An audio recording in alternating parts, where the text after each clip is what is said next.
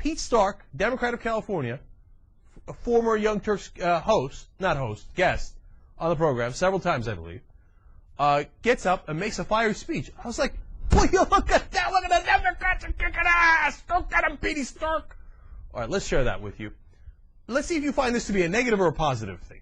Here's Congressman Stark on the floor of the House. They can't figure out, the Republicans are worried that we can't pay for ensuring an additional 10 million children. They sure don't care about finding $200 billion to fight the illegal war in Iraq. Where are you going to get that money? You're going to tell us lies like you're telling us today? Is that how you're going to fund the war? You don't have money to fund the war or children, but you're going to spend it to blow up innocent people if we can get enough kids to grow old enough for you to send to Iraq to get their heads blown off for the president's amusement. How dare he? He just said that we don't have enough money for the kids because we're fighting in Iraq and that the Iraq war is not going well and that it's because of the president.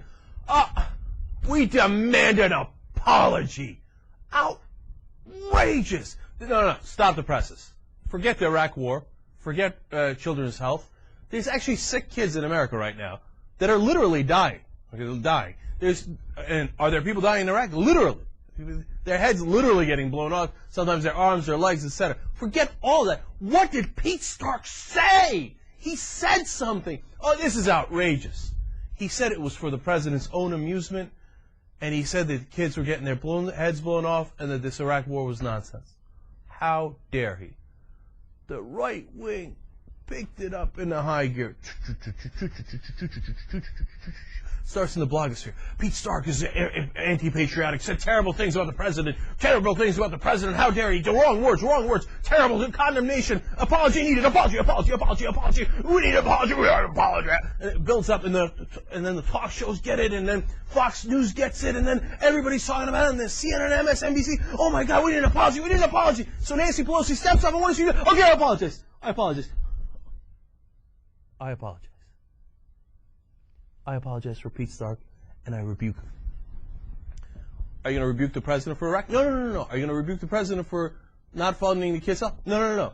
I rebuke Pete Stark. Now, Nancy Pelosi, I don't know if you know this, is actually the head of the Democrats, not the head of the Republicans. But she loves to rebuke her own Democrats.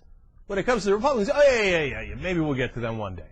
But I'm busy rebuking Democrats. How dare Pete Stark make a strong comment on the floor of the House? We don't do strong. We're Democrats. We do dumb. Okay. Oh, you need an apology? I'm right here, man. I already bought the knee pads. I bought them from a long time ago. They're a little worn out. I'm going to need new ones, right? But I'm ready to bow down and be like, okay, Rush Limbaugh told me to bow my head. So I bow my head. Okay, Pete Stark, you are rebuked. So Pelosi rebuked. Let's get to this 7 steps for media domination and opponent destruction, which I wrote over 2 years ago, July 2005. And I said, look, this is what the Republicans do, and the Democrats fall for it every time. Let me read you the 7 steps, and you tell me if you think that's what's happened here and over again. Step 1, select the strongest person on the other side and target him for destruction. Attempt to destroy his credibility in the mainstream media so that reporters will be skeptical of him, and eventually his own party will disown him. Step 2, comb through all the speeches of the target, find 1 to 2 sentences that can be taken out of context and beat to death. Portray these few isolated statements as extreme. Step 3. Repeat step 2 800 times until 3 things happen. 1. Every time the target is mentioned, the audience will think of only the charges you have repeated ad nauseum. 2. The conversation is no longer on the topic at hand, but about what your target said about the topic. 3. Your target sounds like an extremist simply because you have repeated the charge enough times. Step 4. Co-opt the mainstream media into doing your dirty work. If you keep talking about one issue long enough, for example, Swift Boat Veterans for Truth, what Howard Dean has said, in this case, what Pete Stark has said, the mainstream media will feel like it's an important issue everyone is talking about and will be forced to cover it. Step 5. Get the target's own party or allies to turn on him by admitting, after lengthy and ceaseless questioning from the mainstream media, as well as the conservative talkers, that what was said was not right or prudent.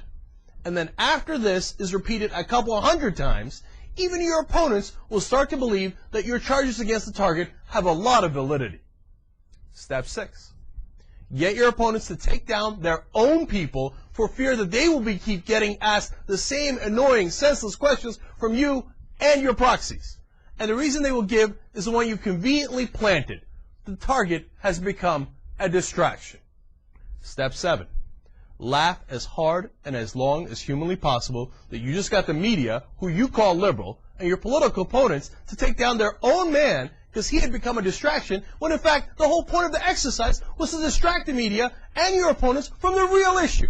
Pat yourself on the back for killing 2 birds with 1 stone, destroying your target while avoiding the real issue, and making your opponents look weak and ineffectual.